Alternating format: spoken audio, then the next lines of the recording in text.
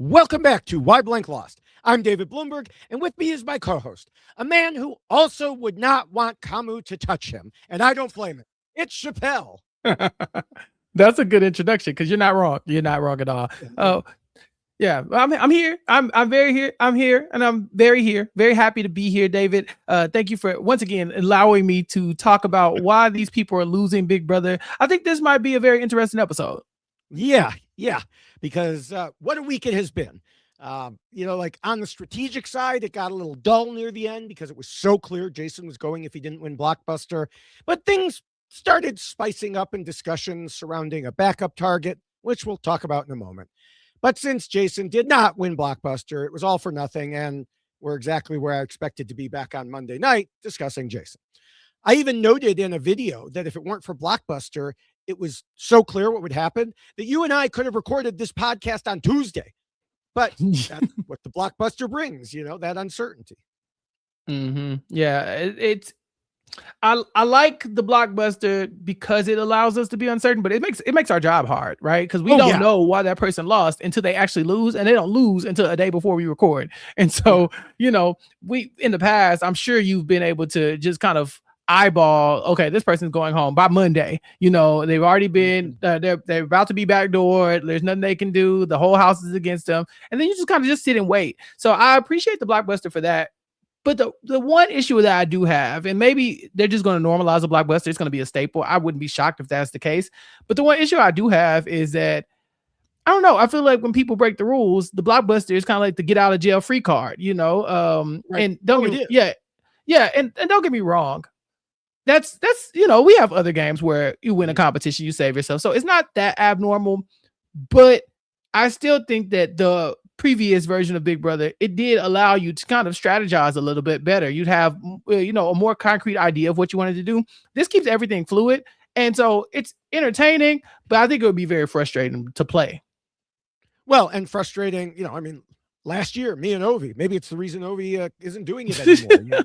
Dealing with Keanu and Kelly making it through week after week after week when they should not have, according to following my rules and playing the game, they should not have, but they were able to.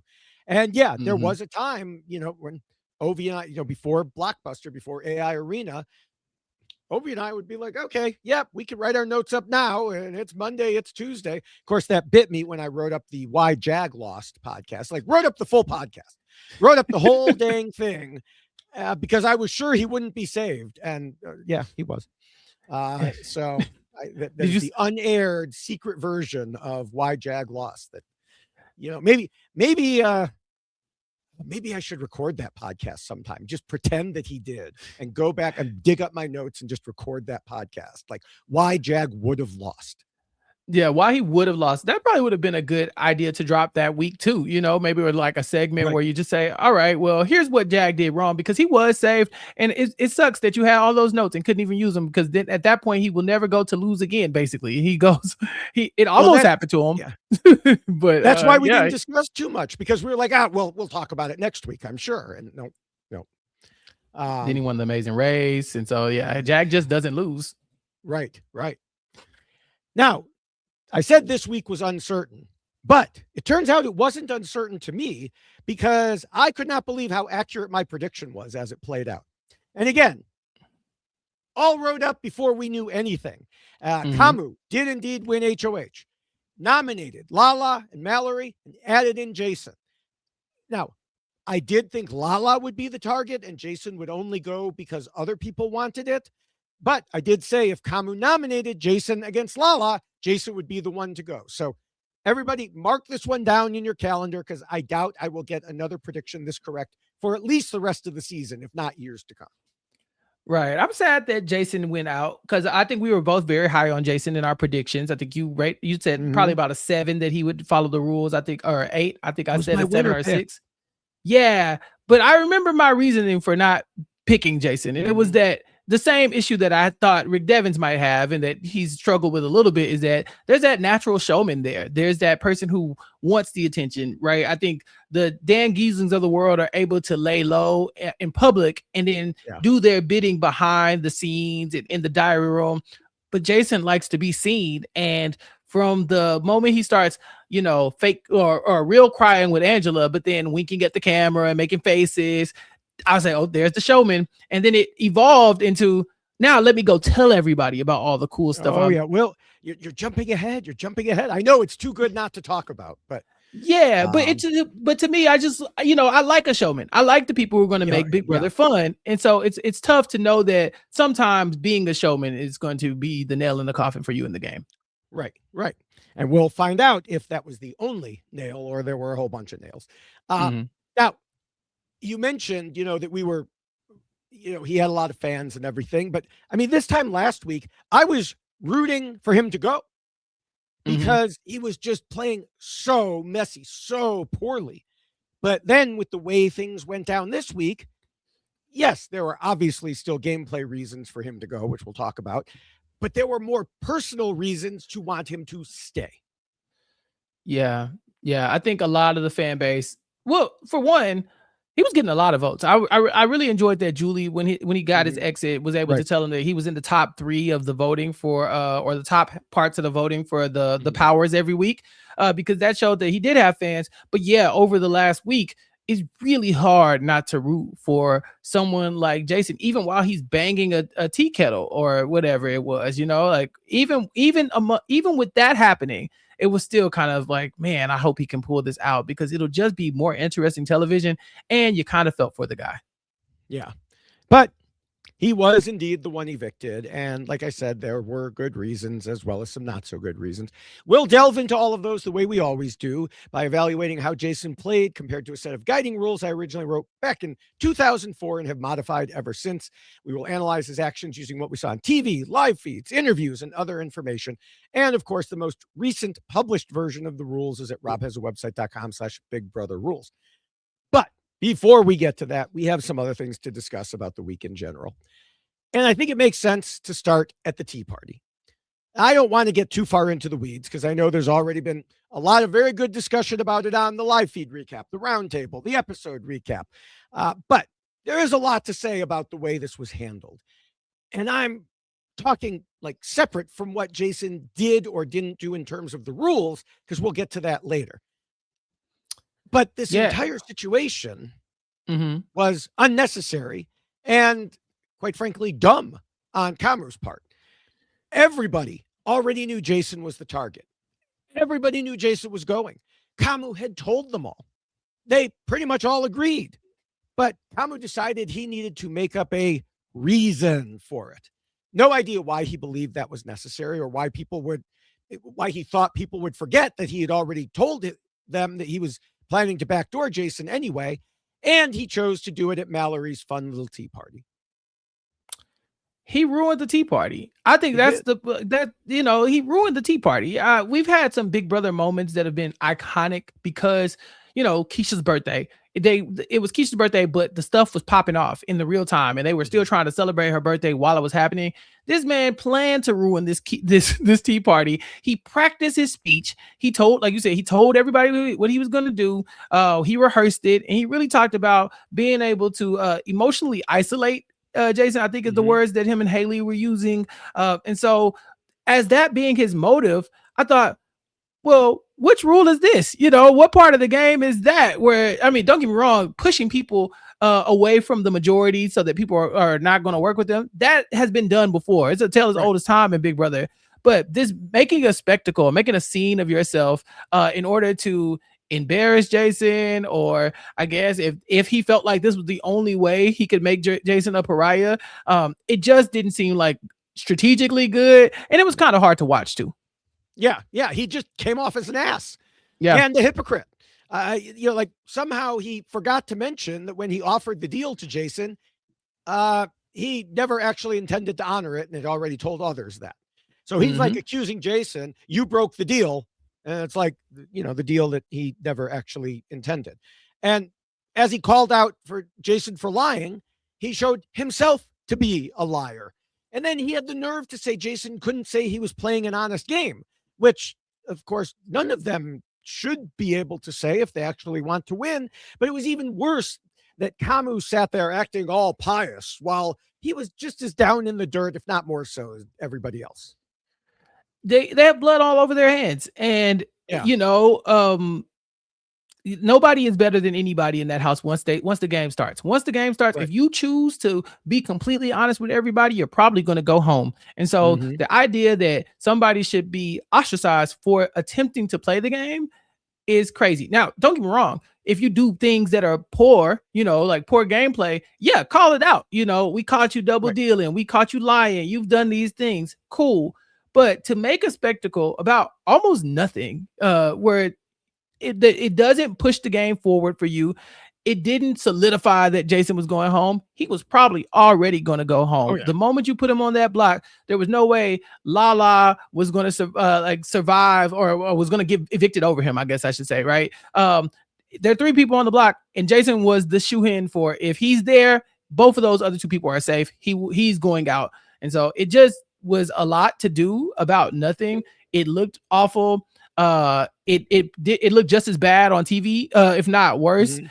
And I think for Kamu, it just tanked a lot of his social standing inside Right. and outside the house. Yeah, I mean, he thought it would benefit him and give him a big moment, which Devins noted on live feeds afterwards, and Devins loved it because now everyone's forgotten about what he did the week prior and how he made a big scene, and nobody's thinking about him as a target. And Dee loved it too, even though she had encouraged Kamu beforehand. But it's not. She didn't encourage him because she thought it was a good idea. She encouraged him because she knew something like this would probably happen and make him a target. And I very much expect and hope this is going to come back to bite him. That doesn't help Jason, but it may give him a little satisfaction if it does. Right.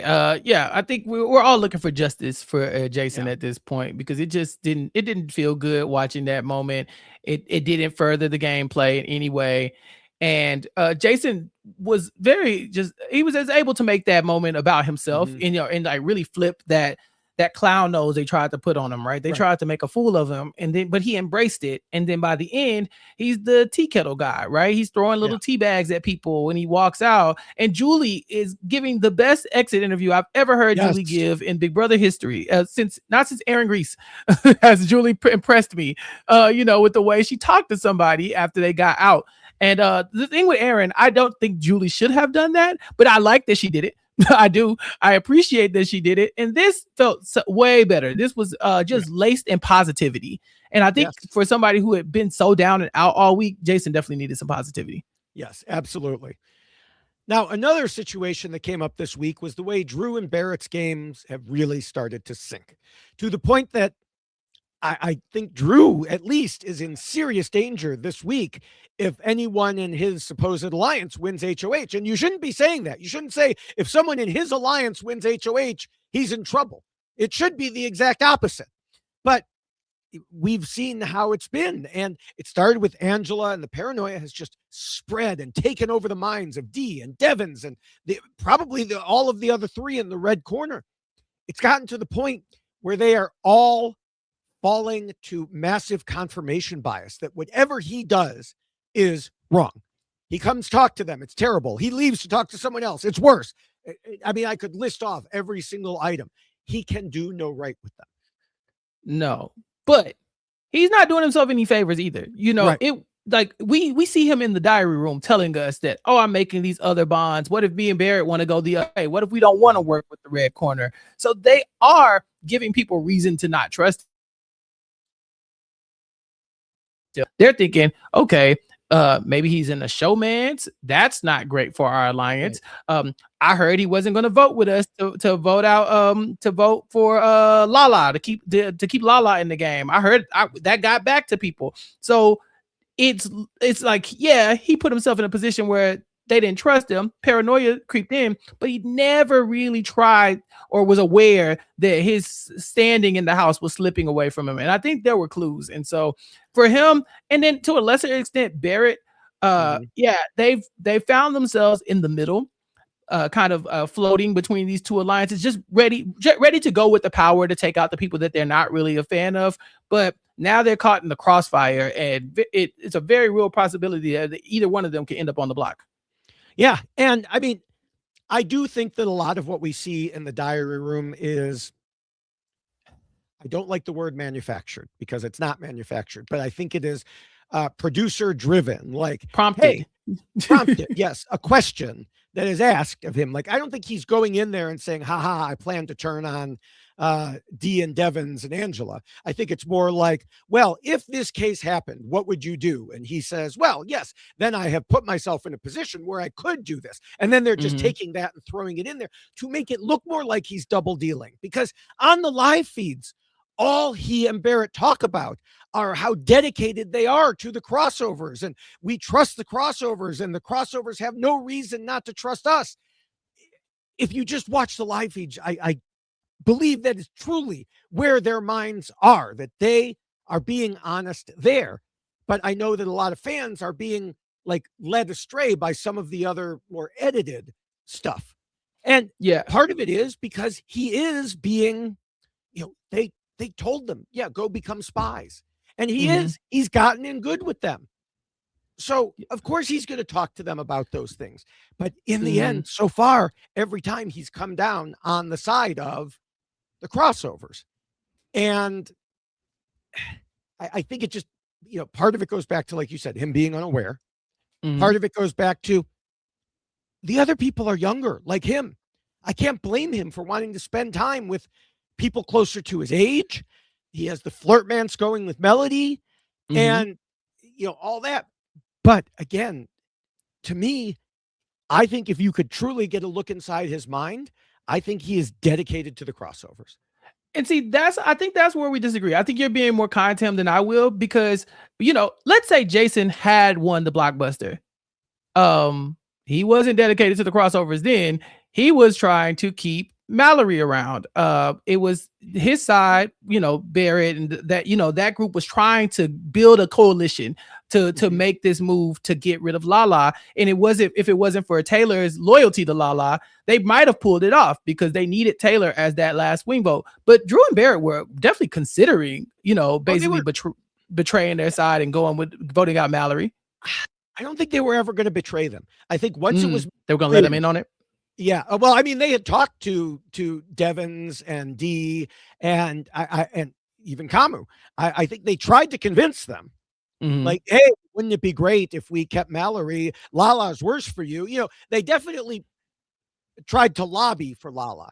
But what I saw on the live feeds, once the crossovers put their foot down, that was it. They were like, yeah, okay, we'll vote out Mallory. We're not happy about it, but we will do it. And that's what I mean about being, dedicated to them. You can talk all you want, but when it's the vote it comes down to.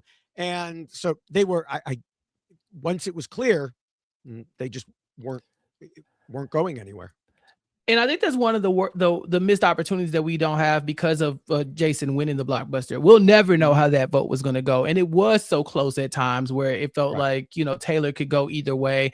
There was a lot of interesting maneuvering going on. They will largely blame Taylor for this not happening, even though they never had to make the choice. It never actually happened. But I think the other smoking gun against Barrett and Drew is just Drew's positioning, right? It's one thing to go play double agent, but then they started to notice that it's actually beneficial for Drew at times to maybe work with the other side against them. I think Devins was the one who pointed it out. Say, maybe he's not thinking about doing it, but he should be. If I was in that position, I would be thinking about it, or, or he clearly has other bonds where if we tried to target them, or if they wanted to target us, they could. And so, I think it started with paranoia. And then that little thing just like snowballed into this bigger mistrust. And then now that he's in a position where it feels like he probably should be flipping, they might have been getting some vibes that these people aren't as loyal to him. So it's tough how this will happen. But the problem is Angela. We talked about this in the preseason. This woman's unpredictable. And if you play closely with Angela, you might go home and she's good for targeting her allies, just as Quinn. So this, to me, is par for the course. Yeah, and that is the biggest problem, because even now she is like barely hiding her disdain, and same with Dee, for Drew when he walks into a room. But it circles back to what you had said. he's oblivious to it. He is not seeing these signs. It's right over his head. And I mean, Devins gave him a literal lecture about how he was acting. And I really don't think he understood the problems. I think he is so blinded by the fact that he gets to work with these reality TV icons. And he just believes he's living his best life. And when they do eventually turn on him, he is going to be so hurt. And I just feel bad for the kid looking ahead to it. It's tough for the super fans, that's right. I think I always root for the super fans. It doesn't matter. The moment you tell me you're a super fan, I will give you some grace, right. Just off that, because I want people to care about the game they're playing. And I know it's going to kill him, but he does have the Blockbuster to save himself if that ever does come up. He does have the veto. So there's still some intrigue about, right. how they would do that. Would they backdoor him? Would they put him right up? But as long as Angela's in that house, he's going to have a target on his back. And I think that if he's a talented player, he might be able to escape it, and that'll be fun to watch. Yes. All right. One other thing before we move on. You had posted on Blue Sky about Lala during the eviction episode, and you said, "I'm so sick of it. I'm fed up." What's the context of that? Here I am rooting for this woman all week. I'm saying, oh, Taylor, you got to keep Lala. My reasoning behind that is because, there was a lot of speculation. Well, is Taylor just going to keep her because, they have a lot of similarities. There's two black women in the house. They have bonded over that. And I say, yeah, they have bonded over that, but they have bonded. Lala is Taylor's number one. She's going to be at the bottom of either of these alliances. So I figured if you're going to be at the bottom, you might as well keep your number one. And so I was really rooting for Lala to come out on top of that. And at moments, there were times where it didn't look like it. And I said, man, am I rooting for the wrong outcome? Because Mallory, as much as I wasn't rooting for her, she's a bigger fan, or at least maybe not a bigger fan, but she's more active in the game. Lala just kind of disappeared this week. And it was hard to root for her, but I still tough, David, until the Blockbuster. She plays the Blockbuster in this damn brunch romper. And I was like, you couldn't find some sweatpants or nothing. Why are you out there running in in your Sunday afternoon, tea party outfit? You could have wore this to the tea party. So she does the competition. She's out immediately. I said, you know what? Every competition, not for everybody. That's fine. But she lost me when they came down the stairs. We see Jason come down the stairs. We see Mallory come down the stairs. Why is Lala walking down them stairs in heels? Lady, you just lost the Blockbuster and you changed into your heels? Woman, focus. I just feel like her head's not in the game.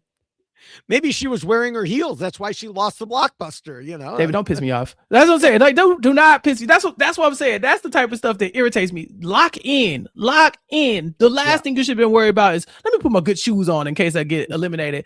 Grab them shoes, put them in your bag, and walk out the house if you're eliminated. But at least look like you are tapped in. I wouldn't want to work with Lala if I saw that. It would push me away, because I would say, oh, she's unserious. They didn't get to watch the competition. But why are you coming down the steps in heels? You took the time to put your heels on. Maybe them shoes hurt her feet. I don't know. But I just thought that was a crazy choice. And it would have given me the ick if I was inside the house. I was like, she can go. All right. Well, we can move on to what would normally be another edition of Julie Chen Moonves is Wrong About Blank. But Julie didn't actually say anything too terribly wrong this week. And you already brought up her interview with Jason was, I also said the same thing, one of the best I remember her doing ever. So in recognition of that, I will lay off of her for the moment. Same. However, we got to give her flowers, David, because if anybody's going to drag her, it was us. Yes. But we do have another special addendum to this segment. Big Brother production / casting is Wrong About Blank. And this is, of course, because of Kamu. Now, if you haven't seen by now, he posted a couple of Instagram stories and even pinned them as highlights, obviously, before he was in the house. And they were just found, or at least had more light shown on them on Thursday. In it, a man is being arrested. He is being restrained / assaulted by the police, and he's yelling that he can't breathe. Kamu is walking nearby and, recording himself on his phone, quote unquote, joking about the guy and George Floyd. Now, I know I'm not doing it justice. Search if you want to find, if you haven't seen it, search Kamu Instagram, George Floyd. I'm sure that'll pull it up. But Rob used the exact right word for it on the Thursday night recap, which is disgusting. Yeah, this sucks because you want to believe that coming into a game like this, you're not going to be isolated, or you're not going to be othered in the house based on your identity. So yeah, if I do something wrong in the game, then sure, be mad at me, treat me, push me away. Don't want to align with me. That's fine. But when stuff like this happens and we find that you have views that align with bigotry or hatred, then at that point, we have to question, well, damn, did I ever stand a chance in the house with you in the first place? And so it's also very dangerous, for people to come in and have certain views, that lean into the more hateful side of the things that happen in society, right? Like this man was, he was murdered. He was killed. We watched it happen. It happened. We saw it. And for you to be making light of it, it's not great. It's disgusting, as Rob said. But it also kind of shows you like the value you have for certain lives, and for if that's the value you have for a certain life, imagine how hard it is to bond with you. It's no wonder why, certain people are going to be targeted or certain people are going to be isolated. There also were some other social media posts that he had liked in the past and things like that makes you question the other people that he's not really working with and what their issues are. And so it wasn't great. And it's very frustrating when you know that Big Brother casting should have caught this. They should have caught this because they do background checks. A lot of the Survivor players have been talking about the things that have gotten them flagged during their background check, social media posts and things of that nature. I think Kelly had come out and said something, Quinn and like another 2 or 3 people have just been talking about, oh yeah, this got flagged on my background check. This got flagged on mine. But this is Instagram. We know that Big Brother casting is on Instagram. They're looking at these people's social media pages, and Kamu was not trying to hide it. It's pinned. So, so anybody could see it. So if you were able to do your due diligence and you saw things like this, to me, it's very irresponsible for you to put somebody like that in the house. Yeah. Yeah. I mean, even before this video, the stuff that he had posted and or liked should have led to him not being cast. Add this video on top of it, and it's just like, what on earth are you thinking? And it's yeah, I just go back to what Rob said. Disgusting. Yeah, and Big Brother has been doing this for a long time. Big Brother, like it felt like when they did their diversity initiative that we moved away from that because it was more diverse. I mean, just look at the amount of Black winners we've had since that's happened. Black women winners. We had gone so long without a Black woman being in the final 2 to now we have Ashley and Taylor, winning, and Chelsea all winning in the span of 5 years. And so it's like, yeah, things are changing there. And these people who normally didn't get a shot are now getting a shot. But it just feels like they're walking it back to the days of Big Brother, where Shima is sitting on the block across from Brayden, who has said horrible things on the feeds about Julie, about the other people in the house, using slurs, and the vote tied. She barely survived that vote, sitting next to like an open bigot. And you question how we end up right back where we came from, and how far we've regressed, I guess, as a game, but also as a society. As the CBS ownership goes, Yep. By design. Yeah. So, yeah, that is why, like I said, they were, Big Brother production and casting definitely wrong and definitely need to do a better job. I just don't hold out much hope, unfortunately, that they will. So, and everybody who is calling for him to be removed from the show, I'm sorry, it's not going to happen. It's just not. They had to know when they put him on. They knew who they were casting. I think people were comparing it to Love Island, because Love Island, you can get dragged off of Love Island in a heartbeat. I think they have a lot of bombshells waiting in the wings to take your spot, but taking somebody out of Big Brother just really can just like it just throws off the game so much. And so on top of the fact that maybe the people who cast him didn't care as much, maybe the production doesn't care about these views, but also look at what it does to everybody's game. Everybody has to adjust at that point. And so I'm sure production is going to try to avoid that at all costs. Now, if he does something in the house and and we see it, like we've seen with Luke in the past, and they normally act on that kind of stuff now, but not all the time. Right. Yeah. If the public sees it and there's public pressure, then they will do it, but only on those ifs. Mm-hmm. So, all right. Well, we can move away from Kamu and to the reason we're here, because Jason was not brought into Big Brother 28 as one of the previous player icons, and indeed decided to go directly against them. That turned out to not be such a great idea, but was it the ultimate cause of his downfall?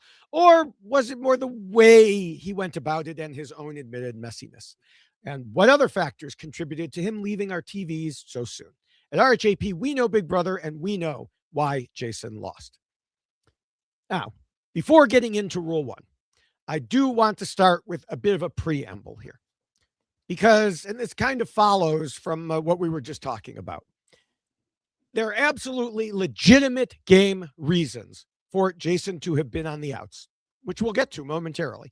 There are also illegitimate non-game reasons that Kamu very likely had in his head for targeting and, more importantly, treating Jason the way he did.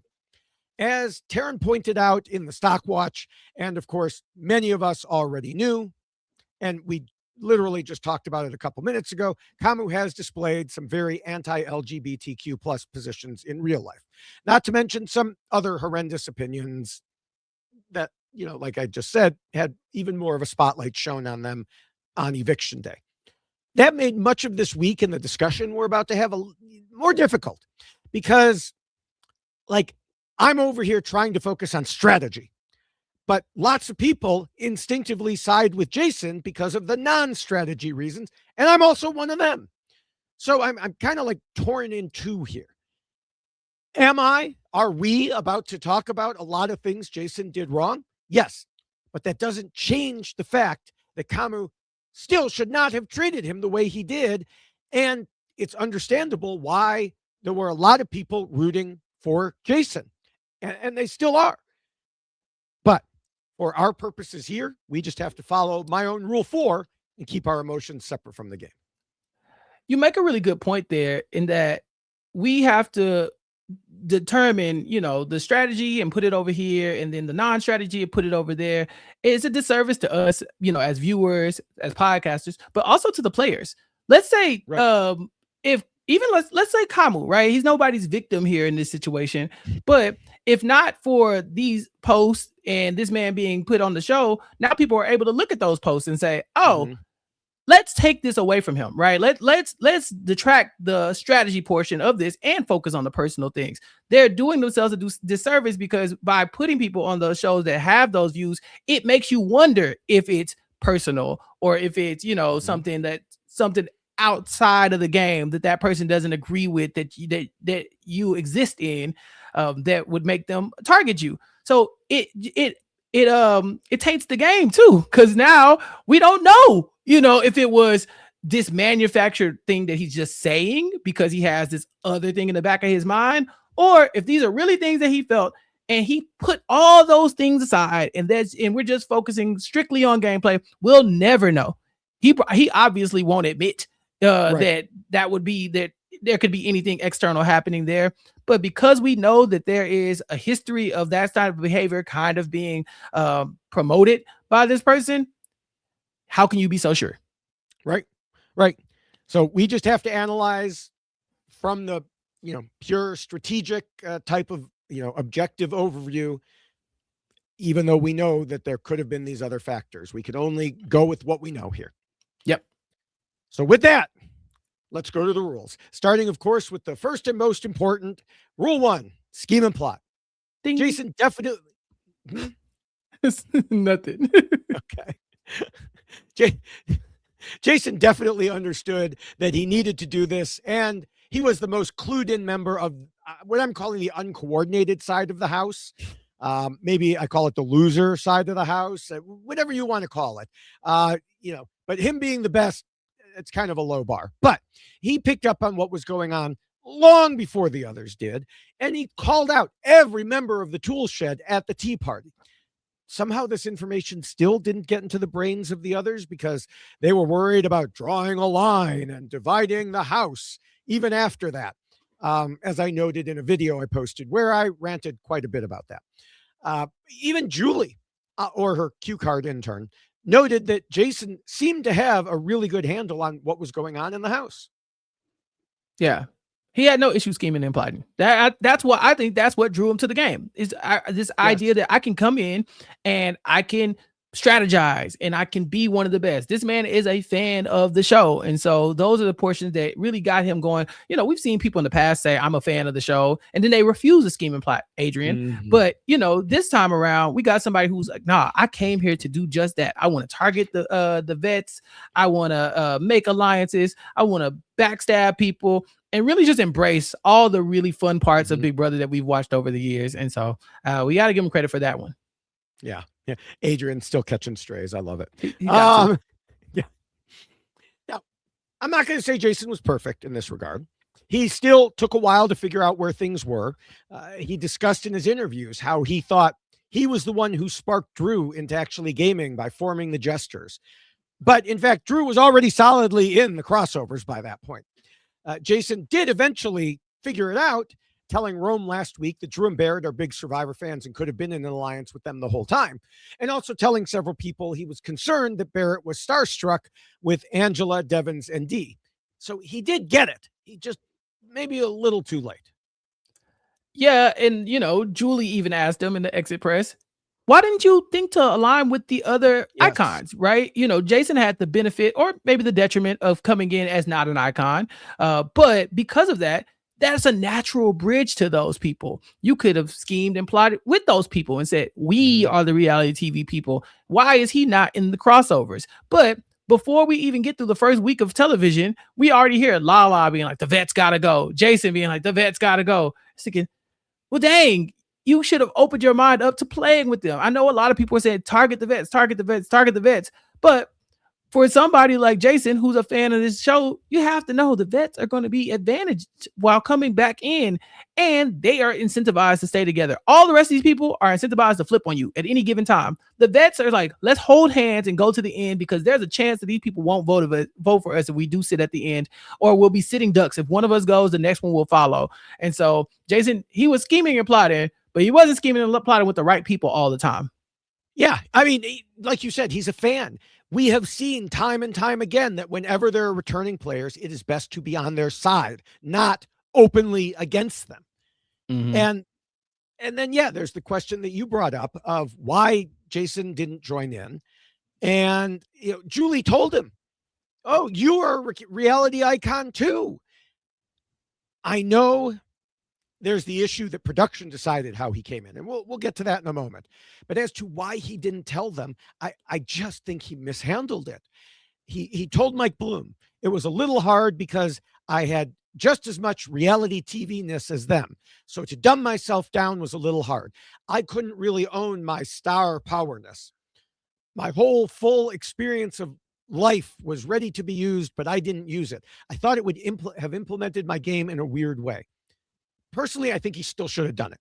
One reason I thought he would do well, the reason that I picked him as my winner pick, was I thought he could play the middle of the icons and the normies. Instead, Drew and Barrett have been doing that.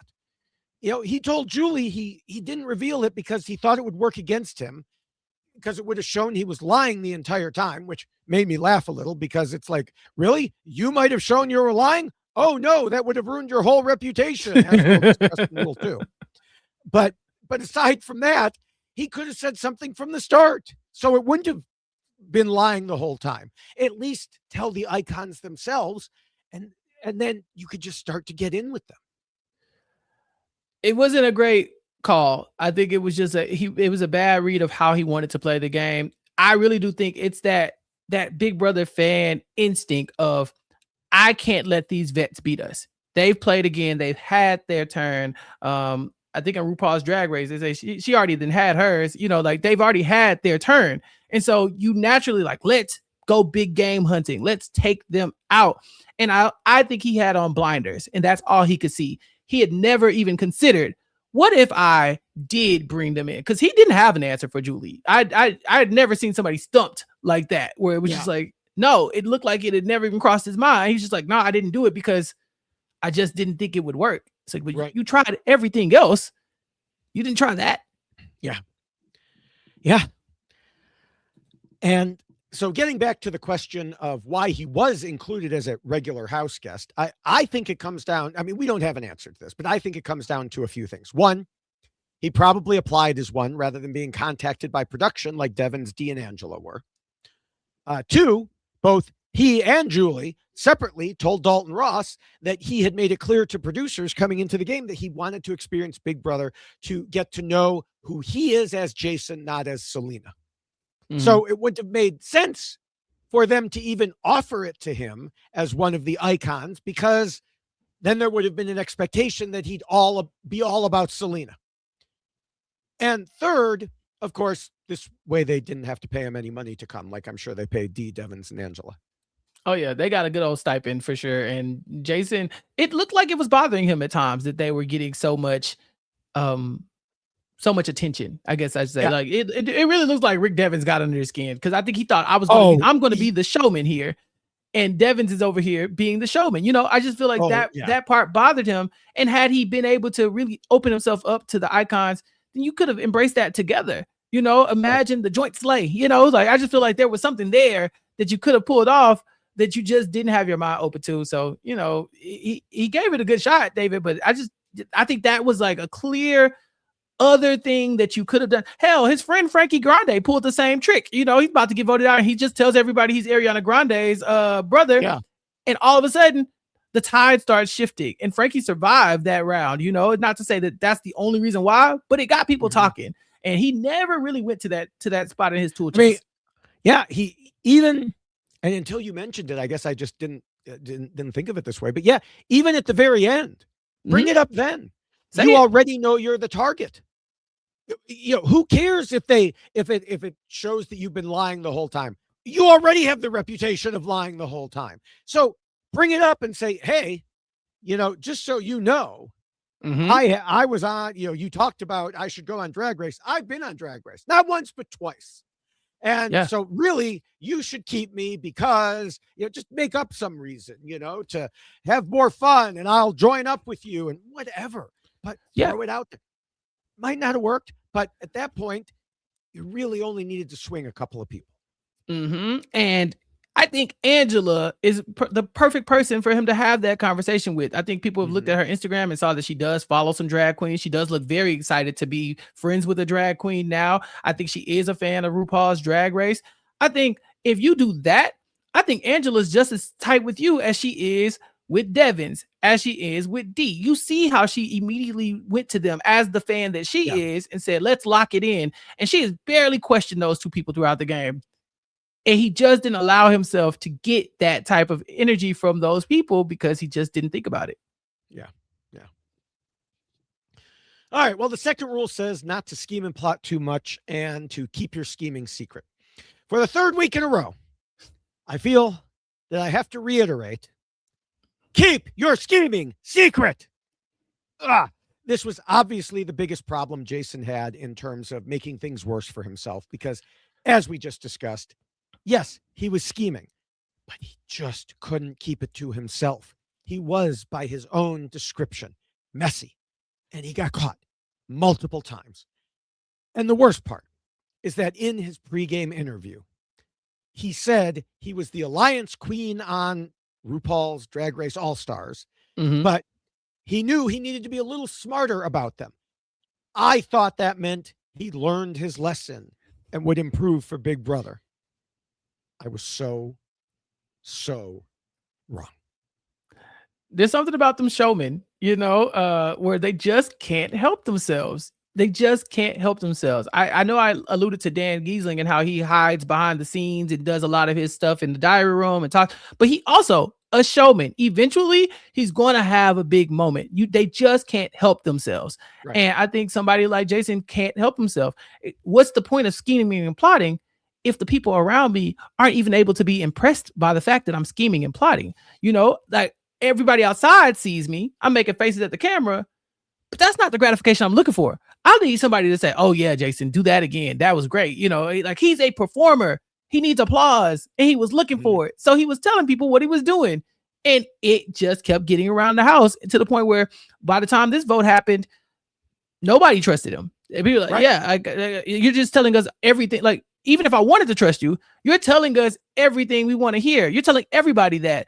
And I don't know what you would actually do. So those lights come on, the microphones are hot, and he's going to perform every time. Yeah. Yeah. And of course, you know, you mentioned the first big instance was, of course, when he fake cried with Angela, or maybe real cried, but then turned the rest to his advantage.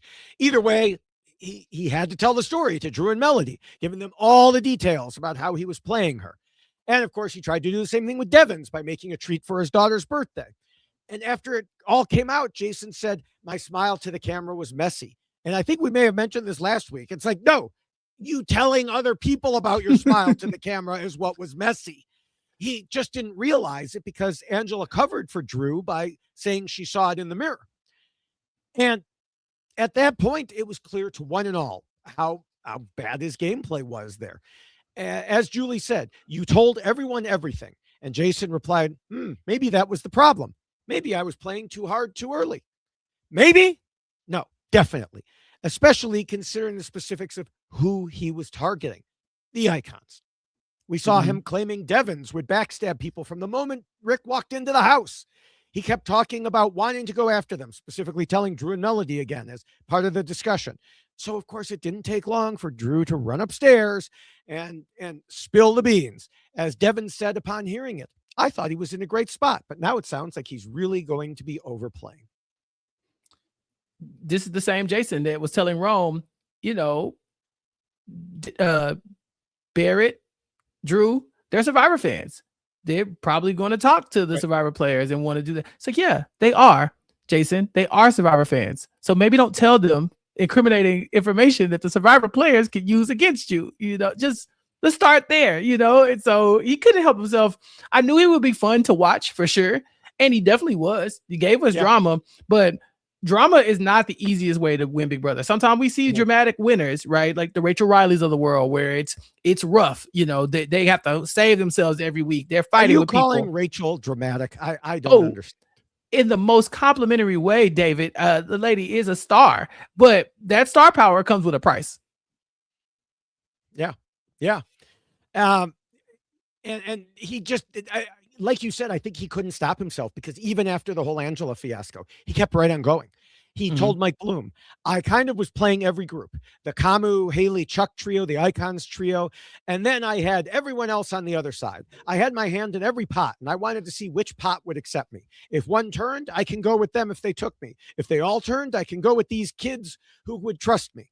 But ultimately, no one trusted me. So none of the spaghetti stuck to the wall. And look, I get he was in a bad position after being called out for being untrustworthy. He was looking for a home. But the way to do that is not to become more untrustworthy.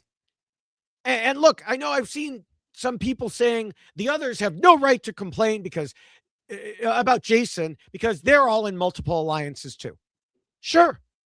The difference? Jason got caught badly, repeatedly, and by the people in power. Yes, hypocrisy runs rampant in Big Brother, in Survivor, in these games. But when you're not in power and the hypocrite is in power, they're the ones who get to decide what's okay from a gameplay perspective. Well said. All right. Well, I could go through and list a whole bunch of times Jason said things to people that he shouldn't have, but we've already gone. We don't need to hit every single point. We'd be here for a long time. However, one thing that definitely came back to bite him was him telling each of the nominees that if he played for veto, he'd use it on them. And telling us that he was doing it because he knew he was the backdoor target and wanted to have the most opportunities, which makes sense. But again, people talked. And it just seems that he never fully learned that part. He didn't care. I think once he had gotten so much like that stench on him of I can't be trusted, he just started doing whatever he wanted. You know, he wasn't a part of a big alliance. He knew that he could have gone home the week before. Right. You know, he had lost all his people. And so by this time, he's doing what you should be doing, which is telling me, yeah, pick me for the veto. I need to win the veto, but at all costs, I need to be in the veto competition. I get that. But the issue is that you don't have the social capital to keep people from going and ratting you out. And they knew you were the backdoor target already. So they had more information than he did. Yeah. Yeah, exactly. All right. Well, the third rule talks about the need to be flexible. How would you say Jason did here? It's tough because he was willing to do a bunch of stuff, right? Like, so you're trying a bunch of stuff, like you said, trying to see what sticks to the wall. But that's not quite what I'm looking for in flexibility for someone like Jason. I think his natural inclination is to do those things. He should be flexible in saying, these things aren't working. Let me try something else. And I think the something else is what he struggled with. You know, the refusal to work with the vets, the refusal to find an ally and just be 100% in with that one person. It never felt like he hit that mark. And maybe that one person wasn't in the house for him. Maybe he couldn't find his person. But flexibility to me means that you're willing to do other things outside of your normal behavior to make things work for you. And he wasn't able to get out of that messy pocket that he was in. Yeah, I agree. I mean, to have flexibility, you need to start with a base point and go from there. And I just don't think he ever had that base. I think he had some opportunities to form one, but he just never got it done. And like you said, his refusal to work with the icons, that is inflexibility. You know, he later said, or he said in an interview, well, I later tried to, and it didn't work out. Well, it didn't work out because you had been so vociferous about not wanting to. So of course it didn't work out. Yeah. So no, not after the Tea Party. Flexible.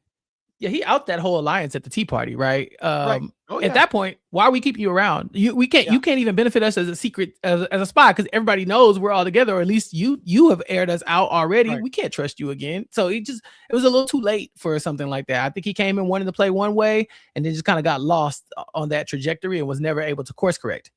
Yeah. All right, well, the fourth rule says players should not let their emotions control them. We know Jason got emotional in the house a few times, some for real, some maybe not. But the key question is, did that affect his gameplay? I felt like he was poised in positions where he should have been, where it would have been understandable if he was more emotional, you know, thinking about the Tea Party moment where he really did do a good job of not allowing that moment between him and Kamu to overwhelm him and put him in a position where he was falling apart. You know, he was able to really advocate for himself and say, no, y'all are being hypocrites. These are things that are happening, to speak up, to tell his truth. And then even with the, you know, making the noise the next day, I think that wasn't an emotional response. That was him trying to really trying to embrace that moment and trying to turn it around where it could have been an emotional response. Right. So I'll give him credit for that.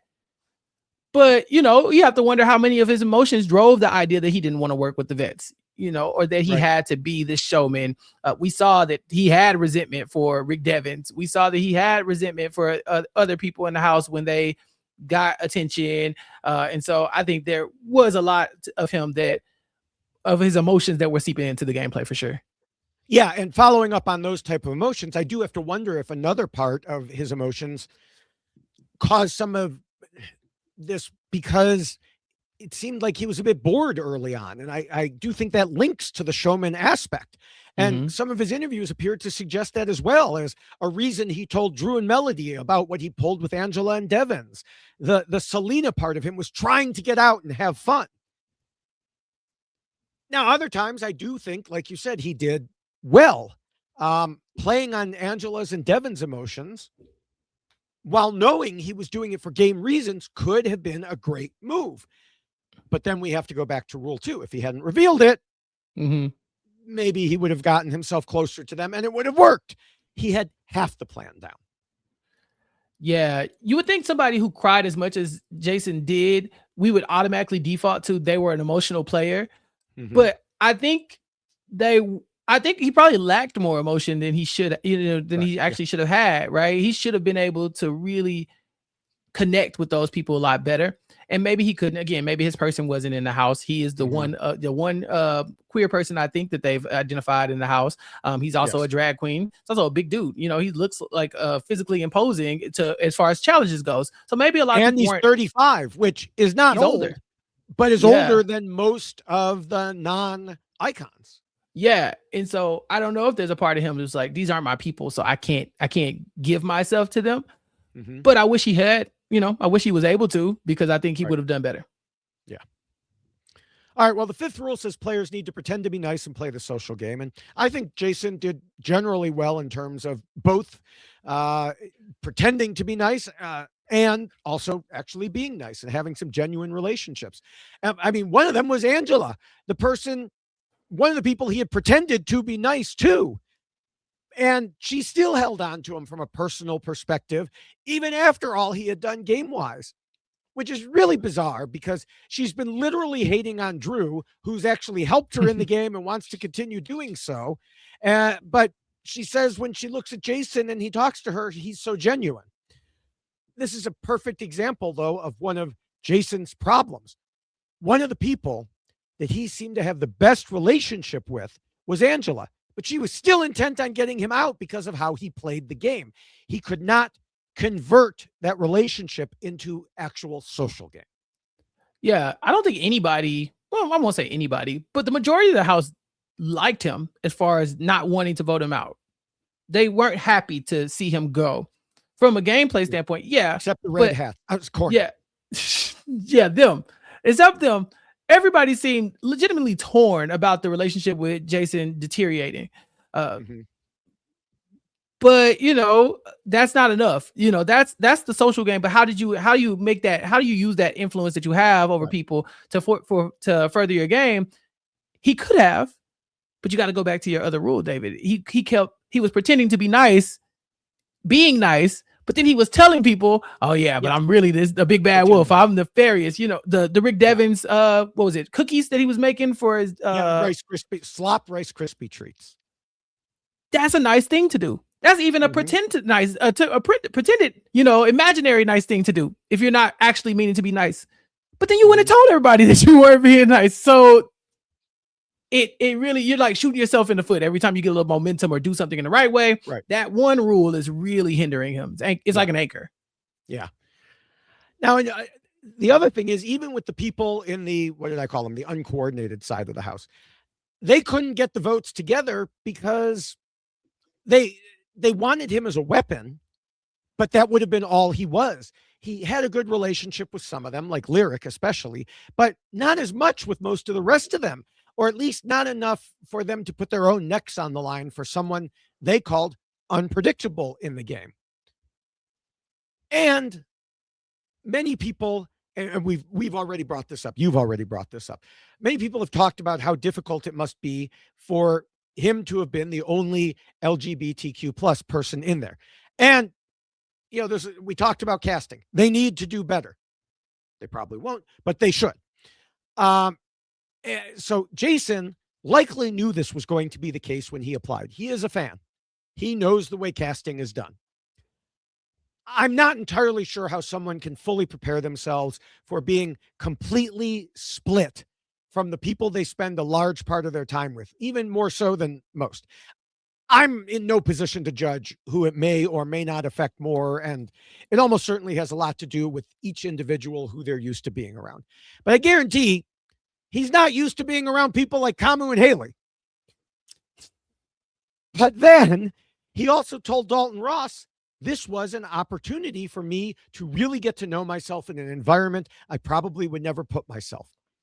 I think that was the biggest struggle being in the house, was being outside of my gay bubble and then being thrown in with younger people, straight people. That's not what I do in my life ever. And I think I did learn a lot about myself being in the house. Yeah. His preseason press, he said he wanted to align with the straight guys. That was his exact quote, and he got in the house, and I think maybe just got a little overwhelmed by looking around and not being able to find a group that made him feel good. But to your point, he knows this going in. I was critical of Captain Will last season because Captain Will was saying, "Oh, I'm the oldest guy in the house," and kind of complaining about that. Same thing with Lala this season. I can't really bond with these people. I'm the oldest person in the house. Right. You knew you were going to be the oldest person in the house when you got cast on the show. I think the probably the only person who's ever been cast on this show who thought they were going to be the oldest and wasn't was like maybe Sari because Felicia was there, and so it's like when you get cast as the older person, you know that's an obstacle that you're going to have to overcome. You know that coming in when you're going to be the only anything, you know that's an obstacle that you're going to have to overcome, especially if you're a fan of the show. And so I give him grace because it's a tough spot to be in, but it's not a just rare spot. Like that is the spot that many people in his position have found themselves in Big Brother. And unless they're going to cast more people, you got to start to be flexible and play the game that's in front of you. Yeah. I mean, I had a person tell me, a person who's approximately my age, that they made it to what they believed was the final round of casting. And then were told, nope, sorry, we don't need you this season. Well, I think that's because they got Lala and Angela. And so they had their two older people, which is one more than they often have. And, people sometimes ask me, David, would you play Big Brother? Oh, so I can be the token old guy, and I don't consider myself old, but 35 in this game is old. And let me tell you, I'm older than 35. I'm almost the same age as Lala is. So no, I'm not going to play and do that because I know what would happen. I know, will I win a comp? Almost certainly not. Maybe there's a mental comp, that I'll be able to, but it's just, it's a young person's game, like it or not, because that's the way they aim it. And it's, it's that way for a whole bunch of different boxes that they put people in. Yeah. You got it. You got to be able to roll with the punches. And I think that's one that casting has not quite figured out how to mitigate. There are people who have made it far, but they have to figure out a way to bond with the younger people, like Captain Will is one of them. Cliff Hogg is another one where they had to figure out a way to bridge that gap. Andy Herron had to figure out a way to bridge the gap. Certain people have to figure out a way to make themselves fit in with the crowd, even if they are not naturally in that crowd. It's a tough spot. It's something that, like I said, I want to give you a lot of leeway because that's not a good spot to be in. But at the same time, that's your red wagon. You got to pull it. Yeah. Yeah. Now, another area of the social game where I wish Jason would have taken a deeper look at himself. You already brought this up. His worry about camera time, because he showed so much jealousy of others, mostly aimed at Devins. Earlier, we saw him on live feeds talking about Devins and saying Devins is an effing drag queen because he's a stage whore who loves the spotlight. He said he knew Devins could sense that same energy in Jason and was threatened by it. And he said he hated that Devins was loved by America. And it's like, it just all sounds very much like a Jason problem, not a Devins problem. And yet he kept going with it. As a perfect example, even as I was glad to see him putting up a fight at the Tea Party, he didn't need to pop off at Devins and claim, oh, I'm a threat to you because I'm entertaining. And Devins just was like, you could tell. Not only was Devins denying it, but Devins was confused by even the assertion of it. I wanted to give Jason some leeway in that moment because he was understandably emotional after what had just happened. But it was an ongoing theme, and it even carried into the exit press. He said something to Julie about it right away. It later told Mike Bloom, I think they really clocked my showmanship and my star quality, and I think that was very threatening to them. He said to Dalton Ross, I honestly feel like the other icons felt threatened by my showmanship. I could feel Devin seething every time I had the spotlight. I could feel him wanting the spotlight himself. It just sounds so much like Angela's feelings about Drew supposedly hating her. All of Jason's feelings about Devins are only in his own head. And I really think it impacted his ability to even consider working with them. No, that's a good point. I didn't see a lot of people making that point about the Tea Party moment, but I caught it too. And I think I saw your video that you did where it's the question is, am I a threat? You say yes. And he's like, oh, am I a threat to you, Devin, in like to your entertainment wise, And it's like, wait a minute. Rick is saying you're a threat in the game. You are threatening in the game. But his mind was on, I knew it. I knew it all along that you were threatened by my star power. It's like, no, get out of your own head. You're doing this to yourself. Yeah. It is what it is. Like he's calling Devins a drag queen, but I think in a weird way, it's almost like a term of endearment. It's with some, like he's saying it with a little spite, But at the same time, he's acknowledging that there's somebody in here who also can feel the spotlight like he can.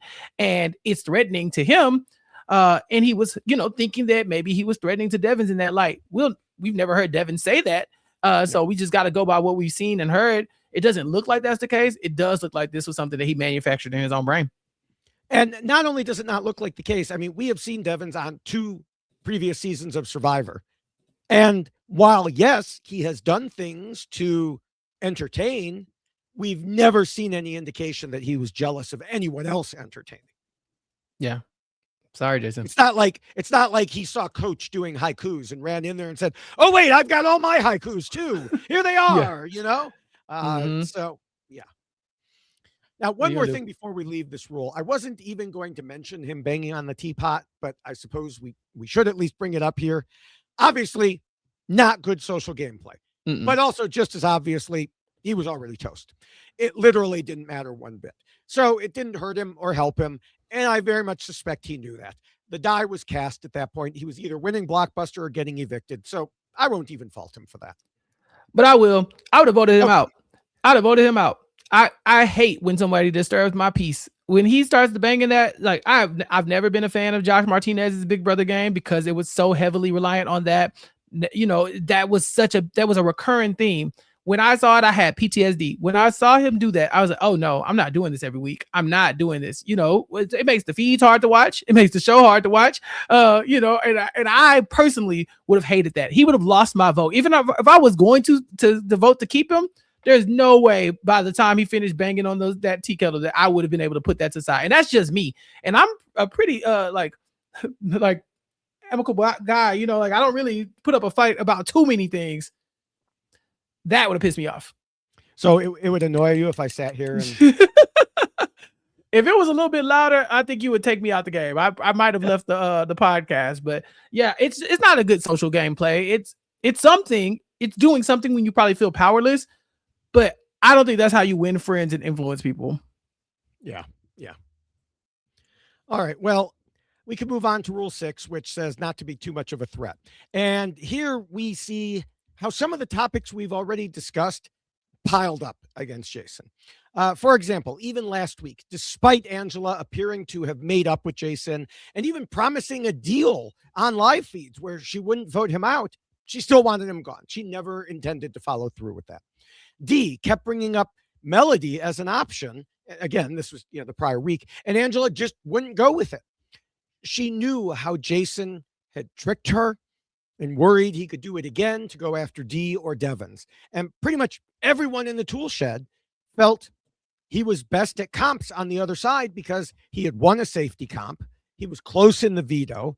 And then, of course, he won a Blockbuster. But all that did was contribute to other feelings. Like Drew said he didn't want to keep Jason because he worried he'd be the next Keanu and make it to Final 5. And trust me, we didn't want to see another Keanu either, though. I do have to say, Drew, it's not a great comparison because Jason, as we have discussed, actually understood the game and where everyone was in the house, which is nothing you ever could have said about Keanu. Yeah. And those things that you said don't inherently make you a threat to everyone. Him winning challenges makes you an asset in a lot of ways. But it's the way you are going about these wins and the way you're going about the times when you're not winning these challenges. Because, yeah, you're a challenge beast. Great. We need those. We need to work with the challenge beast. We need to win HOH. That's perfect. I love to work with you. But I keep hearing that you're throwing my name out. I keep hearing that you're telling other people that things that I told you. And I keep hearing you saying, and now I know you're scheming and plotting too much. And now you sound threatening because when you win, I don't know. I can't trust that you're going to work with me. I can't trust that you're going to be my asset. MJ was a great challenge threat. She was perfect for Chelsea, but specifically for Chelsea, everybody else should have seen her as a threat that they needed to remove from the game because they did not have her ear the same way Chelsea did. Jason was not able to be an asset to everybody because he was too threatening by the way he was playing socially and strategically. Yeah. And I mean, this came up on the live feeds immediately after the eviction, even with Drew telling Dee and Barrett that Jason was a good guy, but he was unpredictable. That's the exact type of behavior. Dee added that it was for everyone, really, that he was unpredictable.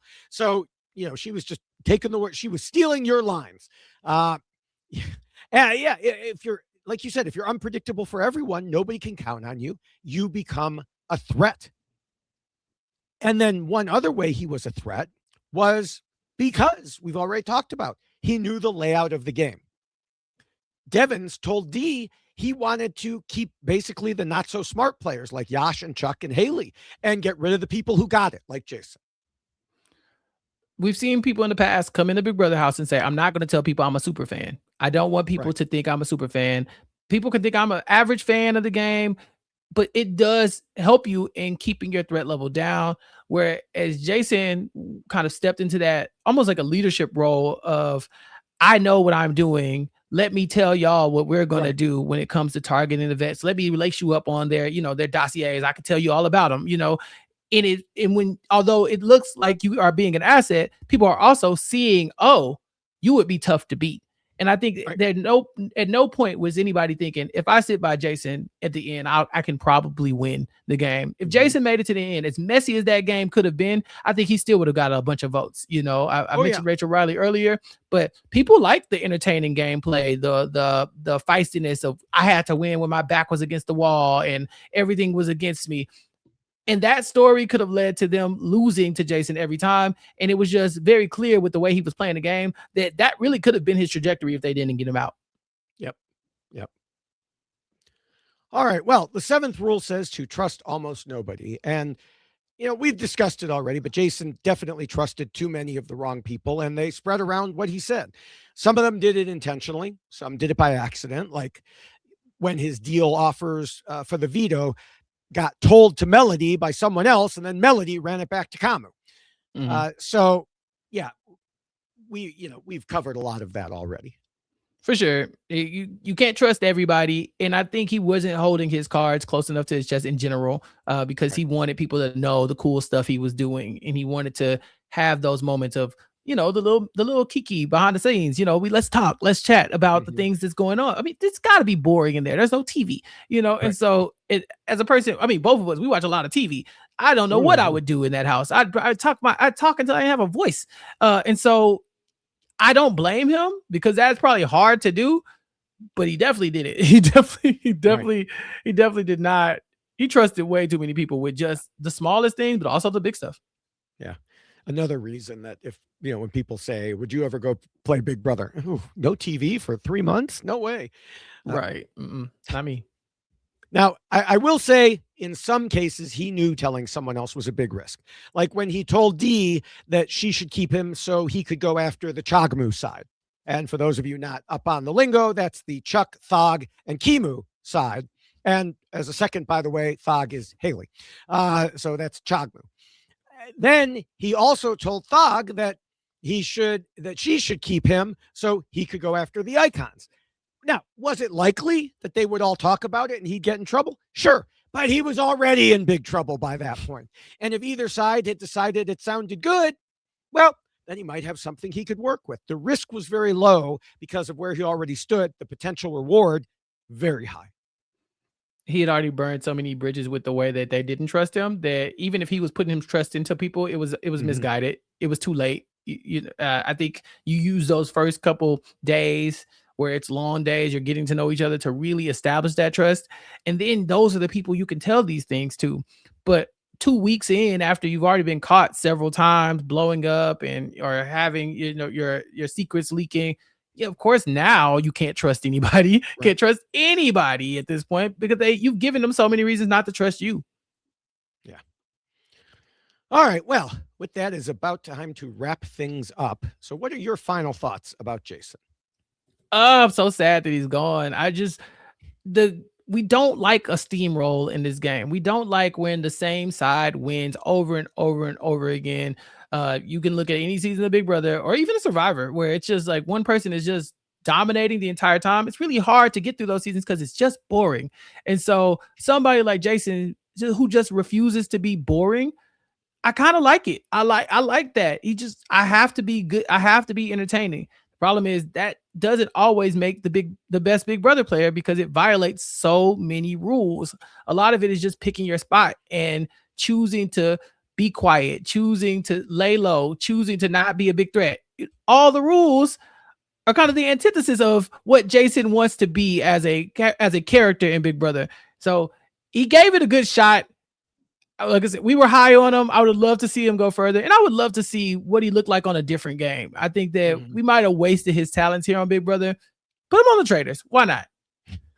Sure. They always have a drag queen on the Traitors. Put at least two. Try that. Try two of them. Because all that whispering and stuff. Yeah. Be messy on the Traitors. Don't be messy on Big Brother. Yeah. Well, I noted at the beginning of the podcast that a week ago I was rooting for Jason to go because he was playing so messy, even though he was my pregame winner pick. But then what we saw happen with him and to him changed my mind. And from that standpoint, I, like many others, would have preferred that he stay. The thing is, the game doesn't care what we think out here, except, of course, for those BB time capsule powers. So we have to deal with what was given to us. And boy, did Jason give us a lot, both in terms of his personality and his gameplay, except the gameplay was not just a lot, it was way too much. Jason did plenty of things to make himself an early target. Most of them involved just saying too many of the wrong things to too many of the wrong people, openly plotting against the most powerful players in the house, including when they were HOH, and going beyond what some people consider to be typical gameplay by trying to use their emotions against them. Then, after he was exposed for all that and survived, he still didn't really slow down much, if at all. I saw a lot of people saying Jason was called out just for playing Big Brother, scheming and plotting in line. And Jason defended himself at the tea party by saying, am I horrible for trying to play a game? But the problem with both of these is he was doing it poorly. He was focused all on rule 1, where he did indeed have a good grasp of the game, although he had problems there too, as we discussed. But he seemed to not pay any attention at all to rule 2. He schemed too much. He got caught repeatedly. In no way does that justify how Kamu handled it. But even if Kamu hadn't pulled that stunt, Jason was headed out the door anyway, which incidentally makes Kamu doing that even worse because it was simply unnecessary. Jason was a fun addition to Big Brother, and I wish he could have stayed longer, but almost all his gameplay guaranteed that wouldn't happen. On top of the main problems we've discussed, he was too unpredictable. He couldn't turn his relationships into social game credibility. But even much of that traced back to just being seen as untrustworthy because he showed how much he was willing to scheme and lie. And that is why Jason lost. Pour one out. Yes. All right. Well, be sure, everyone, to stay tuned. We're not done yet because we have our spoiler-free predictions in a moment. But first, a few other pieces of information. I, of course, want to mention that the rules we were referencing here are similar to the Survivor rules, and you can get those rules on a shorter and much more colorful version as a poster. You can go to robhasawebsite.com/yxlostfeed, scroll down to it, and click on it and order it. They also come in t-shirt form and also a checklist form, which I'm wearing today, although you can't see most of it, especially if you're in the audio version, then you can't see any of it. But you can get any of those. And again, I know these are the Survivor versions. I know, but it's what we've got for right now. Also, since Big Brother is a 24/7 game, make sure you follow us on social media to get all of our full thoughts throughout the week. I post videos every day on TikTok, YouTube, and Instagram, where I'm at David Bloomberg TV. I have been making about 3 videos per day with fun stuff from the show and the live feeds, my thoughts on what's happening. You can find all of those accounts at Linktree/David Bloomberg, where you can just, like I said, see all the different places that I am, including Blue Sky, where both of us make our social media homes, and we encourage everyone else to do likewise for your Big Brother discussions. I've said it before, so many major accounts have moved there. It's a lot of fun. We're seeing more and more people come there every day, so join us there. No, it really is a great time. I am at Chappell's Kickback on Blue Sky, and David is at David Bloomberg. You can also find me at Recap Kickback on all social media platforms, including Blue Sky, where I'm posting about all of my podcasts that I'm doing. Currently, Mari and I are still doing House of the Dragon. We finished the Vampire Lestat already, but we're still, knee deep in House of the Dragon. I'm probably going to have some more content coming your way as well. Chantel and I are still talking about Rock of Love live on Sundays, and that is a good time. You don't want to miss that. If you can, go subscribe. YouTube.com/@RecapKickback. We're creeping up on 3,000 subscribers, David. And so hopefully more people will come from this podcast, but also from the slop. And for BB Unlocked, I'm hosting both of those with Rob. The slop with Rob behind the paywall. And with BB Unlocked, I really don't know who I'm going to be talking about. Big Brother Unlocked with. Last time it was Izzy. This time TBD. So check that out. And make sure you are a patron of RHAP. All right. Yes. So predictions. As I had said, we write these up before the HOH comp. Which is good because I went to bed before the HOH comp. So, there's no chance of a spoiler coming from this. Now, we've mentioned before that I tend to base my predictions on what I think will happen, and you tend to base them on what you want to happen. So it's a good pairing. I suspect that's going to continue here because I think power is going to stay in the hands of the tool shed. Specifically, I think it's going to circle around and D is going to win HOH again. And things are going to get ugly because Angela's paranoia has spread with such power that I mentioned this before. D and Devins seem to be fully on board. They're tired of Drew and to a lesser extent Barrett. They were even kind of hoping that Jason would win Blockbuster so it would force Drew and Barrett to take a side in the vote. Although, by that time, I think it was pretty clear Mallory would have gone, so it wouldn't have mattered. It wouldn't have shown what they wanted anyway. But still, the point is, those two didn't have a further chance to show their loyalty beyond, all the times they've shown their loyalty that don't seem to matter. Anyway, I think this will lead to D backdooring Drew. I think she'll nominate Mallory, Melody, and probably Lala. And that way, if the veto isn't used, at least they could take out one of Drew and Barrett's links to the other side in Mallory or Melody. And if it is used, she can blindside the hell out of Drew. The risk, there are only 11 votes. So that means there are only 5 for certain members of the tool shed voting. If it pisses off Barrett and the others actually unify, they could keep Drew. The problem is, by being up against one of those 3 women at the end, I don't think there will be enough people. They won't be anti-Drew so much as they will be pro Mallory, Melody, or Lala, and they won't want to sacrifice them. So I think Drew is going to be sent packing. Oof. Yikes. Yeah, I know.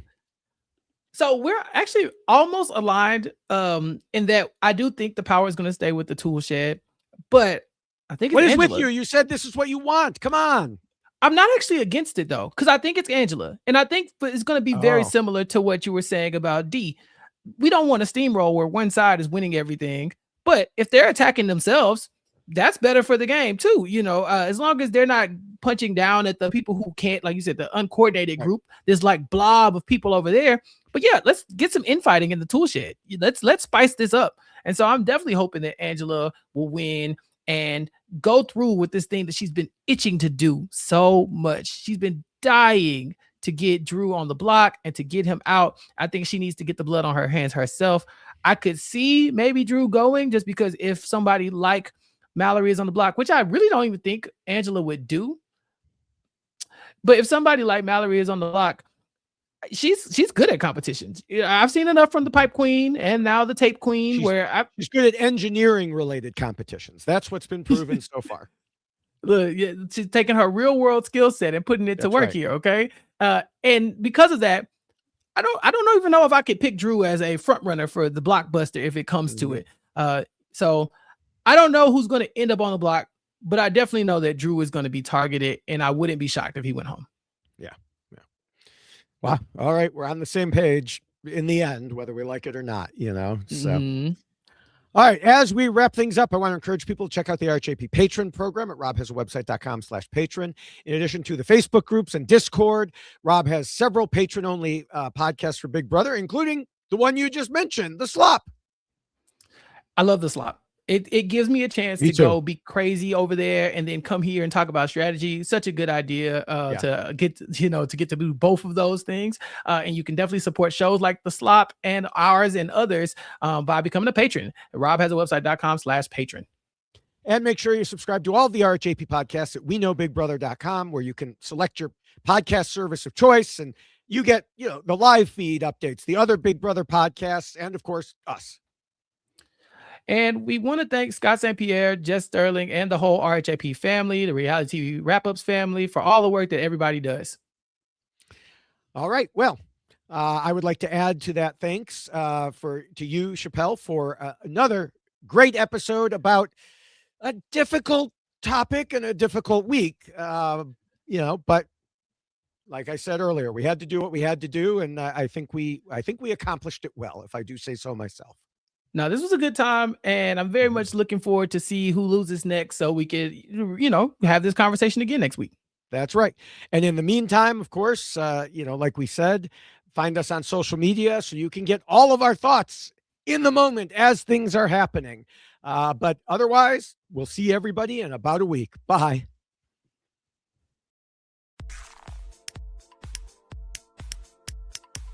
This is RHAP. We know reality TV.